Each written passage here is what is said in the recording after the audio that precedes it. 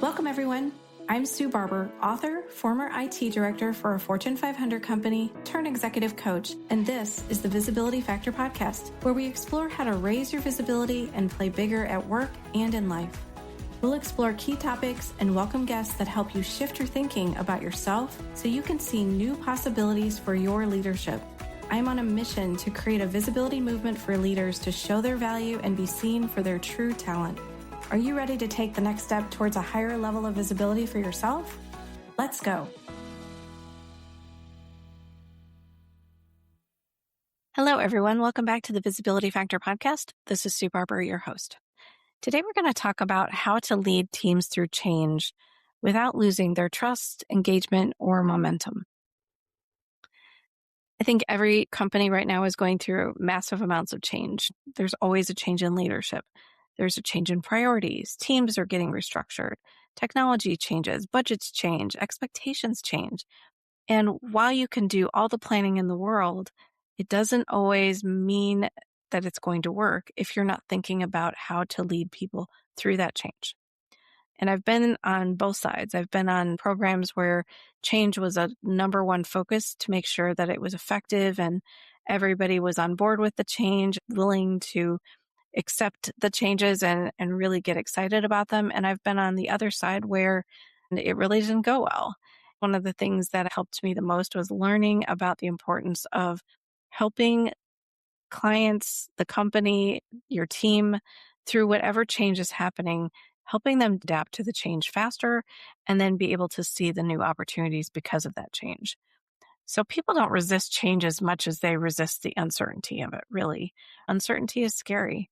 And so they just want to know what's happening. So to me, transparency is one of the biggest things you can offer to your team when you're going through these kinds of changes, because nobody wants to be left in the dark. And so they don't resist the transformation as much as they resist losing trust in the leaders guiding them through it. So if senior leaders aren't communicating anything, if you are leading a team and you're not communicating anything, it's felt, right? Everybody feels that. And what happens is they start to make up their own stories. They start to make up stories that aren't true because they're trying to figure out based on someone's facial expression or what someone might have said that isn't even a true story. People will start to try to piece together information to create what they think is going to happen because it calms them down. They need to have something that helps guide them in those moments and provide some foundation of why the change is happening and what's going to happen next. So I want to talk to you about what effective leaders do differently when leading teams through change, why communication is so important, and also offer some strategies that you can start to use immediately. One of the things we used to hear a lot of is it's business as usual, because a change may not be fully impacting things until a year from now. But as soon as you announce a change, just recognize that everyone immediately goes through that apprehension. And it's an emotional moment, right? Because you don't know what's going to happen to you. It may impact your family. It may impact the work that you're doing, who you work for. All of those things are emotional changes. And that's what being human's about, right? Everybody is going through some kind of change and people internalize it differently. You can't assume that one person on your team experiences it one way and that is going to be true for everyone else. Everyone is coming in with their own stories, beliefs, assumptions, and experiences, and that has an impact on how they deal with that change. So some questions that they might have.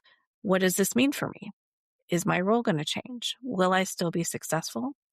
Am I losing influence? Will I have the skills that I need? Can I trust leadership? And successful transformations really depend on strong employee engagement and leadership communication, not just making the process change, not just implementing a technology change. Many studies have shown that employees experiencing organizational change often go through reactions that are similar to loss. The change curve is actually very similar to the grief experience. Many people go through grief for a long time. You can go through it in whatever way works for you to process that grief. But the same thing happens in companies.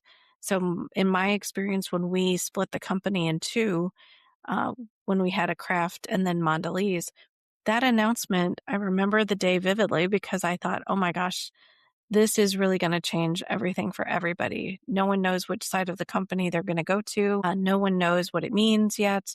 And we have a year to do it. And so that ticking clock started right away. And that is where the uncertainty was, right? What is this going to look like? How are we going to do this? And then frustration when decisions weren't getting made, or skepticism, is this going to work? Anxiety, which company am I going to work at? Who am I going to work for? And eventually we get to acceptance when it happens, but that can take a while. And as a leader, your role is to help your team get through that. But we also have to recognize that this is something personal for each and every person, and we have to help them through that. People follow leaders they trust. And I don't know that I even recognized how important that trust relationship is when I went through it initially. That is where I tried to bring as much transparency as I could. I tried to share honestly what I knew and tell them things that I didn't know I wouldn't be able to share yet. Because you can handle a lot of things if you trust the information that you're getting. If you know that you have a safe space to go and ask questions. But during change, they're paying attention, right? Remember, they're looking at facial expressions. They're trying to hear one thing that someone says and place some meaning behind it, whether it's true or not. What isn't being said? What is being left out of the conversation? How often are they communicating? Where are their actions and their words not matching? They really want to know that people care about them as employees. And so if you're not spending time helping your team understand what's happening, this is an opportunity for you to step up and be a leader in this moment. The leadership presence that's required during these types of changes is huge because you're experiencing the change too. So I don't want to miss that, right? I want you to understand that I'm not asking you to hide everything that you're feeling, but you may have to process this pretty quickly in order for you to lead the team through it and find outlets where you can meet with other people who are maybe your peers or an external coach, someone who can help you process the change that you're going through yourself. You can't lead others through it when you're still back in the frustration and skepticism place. You have to move yourself through it faster. And if you can get help with that, that will help accelerate that change. Because employees who trust their leadership are significantly more engaged, productive, and committed during these periods of uncertainty. That's based on research from Gallup. Because trust doesn't require leaders to have all the answers. I told them I didn't have answers in my situation. I told them I didn't know everything, but I wanted to hear their questions, what they were hearing, so that we were able to serve those questions up to leadership and get answers. So where you can be transparent and honest, you need to. They just need some reassurance that someone is going to give them answers. People can handle uncertainty as long as they know there's information coming. They can't handle silence. Silence is something that they want to fill with information, and they'll go find it on their own. They'll create their own. They'll make up their own. And then you have to undo all that. So it's much easier to give as much transparency as you can when it's possible. In my experience, over-communication is better than under-communication. One of the biggest complaints that people usually have is nobody's telling us anything. Nobody's giving us information. Nobody told us this was happening. You might hear a lot of that initially. And even if leaders feel like they're communicating constantly, there's a lot of information out there, right? Whose information is correct? Is it consistent? We used to get talking points of things that we could share. I thought was really helpful because then we're being as consistent as we can be. We may say it in our own way, but we're being consistent. So many leaders spend a lot of time talking about what's changing. They don't always explain why. And anytime you're going through a massive change like splitting a company, of course, there's business drivers behind that, but there may be other things that you might have in whatever change you're experiencing. And I just want you to slow down and say, have we really explained the why? Because people are more apt to understand it and accept it if they get why it's happening. And if they're not understanding it, then there's an opportunity to share that. Because it's really the foundation of what makes transformation successful is helping people understand the why. They don't need to agree with all the decisions as long as they understand why it's happening. And I have found so many people skip the why and just assume that everybody gets it. Well, we're doing this because we're splitting the company. Helping people understand the business reasons that were driving that split of the company, in my case anyway, helped people get on board pretty quickly. As the leader going through the change, you have to be mindful of your behavior. You are being watched.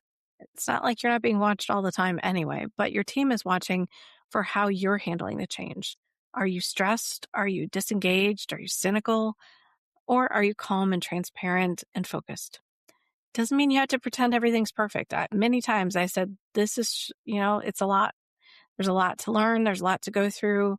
And we don't have it all figured out. I'll just tell you that right now. We don't have it figured out. And there's a lot of questions, far more questions than answers right now.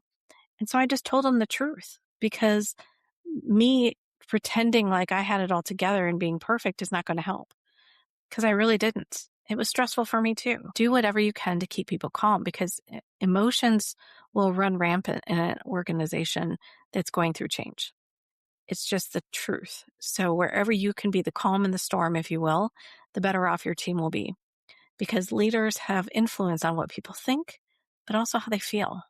And so your attitude about how you're dealing with this change is a signal that people are looking for. Are they handling it well? Are they grumpy? Are they mad? Are they angry? Or are they calm? And are they just working through it, right? Whatever that is. And it's a great opportunity to help people understand from a visible standpoint your leadership capabilities. It demonstrates confidence, adaptability, and it allows your team to do the same. And where you can bring your people in to get involved in these changes, it helps them grow. Something like this is a huge opportunity. Not everybody gets to go through an acquisition or a divestiture or a really big program that's global. There's all kinds of opportunities. Involve your team. Give them places where they can start to learn. So identifying challenges, they can generate solutions, they can improve processes, they could test ideas for you, maybe even provide feedback, research, have conversations with vendors, whatever the changes are that you need help with, they can help you with it. So if you can involve people, it helps them start to see more about the why. It helps them adopt faster. It helps them commit to the change. And it might be an opportunity to give them a voice. You might not be able to control every decision that's being made, but what if this gives an opportunity for your team to demonstrate some new capabilities, use their voice in meetings, and make sure that people understand that their voice matters? Now, also recognize that change creates, different reactions in people. Some people need a lot of time to process. Some people are pretty quick. Some people are more change forward and they're excited about change because they can start to see the possibilities faster than others. But others are anxious. Some people are skeptical. Some people are energized. You have to know your team, know who they are, know what they are capable of. And not everybody's going to be at the same pace. They just aren't. So when people are open to change, they ask questions, they understand the concerns, they might need to provide support for each other. It's not about forcing alignment. It's about helping everybody move forward together. So visibility matters during change. It's so important. In these types of changes, visibility is raised for leaders who are going through it. It gives the opportunity to help show skills that you maybe have never been able to show in other situations. Shows that you can manage complexity, shows that you can handle change in a composed way. And it creates confidence. It creates trust, connection with people. But when leaders who go through this change do not stay visible, it causes people to question. It causes people to make up their own stories, to not feel supported, to feel like they have to figure out the answers on their own because their leader is not around. You have to be present. You have to have conversations, host your own meetings and talk about it.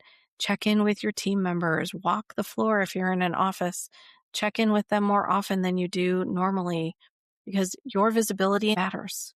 It matters to everybody who's watching, not only on your team, but other members of the organization. And it matters so much more during change. So here's what I want you to remember. You don't have to have the perfect plan when you go through change. You're really just trying to help people navigate the uncertainty. Your team is not expecting perfection, so don't expect it of yourself. They expect leadership. They expect someone to give them honesty, clarity, and consistency, that everybody is going through this change, but not at the same pace, not at the same time, and that wherever they are is okay. So ask them questions, check in with them, see what they're missing, because change is inevitable. It's happening all the time. We used to say change is a constant, because it is. Everybody's going through some sort of change all the time. And you, as the leader, bringing them through that change helps them move through it faster. I hope that you see these are opportunities for you to leverage more visibility for yourself. If there's someone that you know who's a leader who's going through change, please share this with them and see if some of these ideas I shared today will help them go through the change in a much better way for themselves and for their team. Thanks so much for joining today on the Visibility Factor podcast, and we'll catch you on the next one.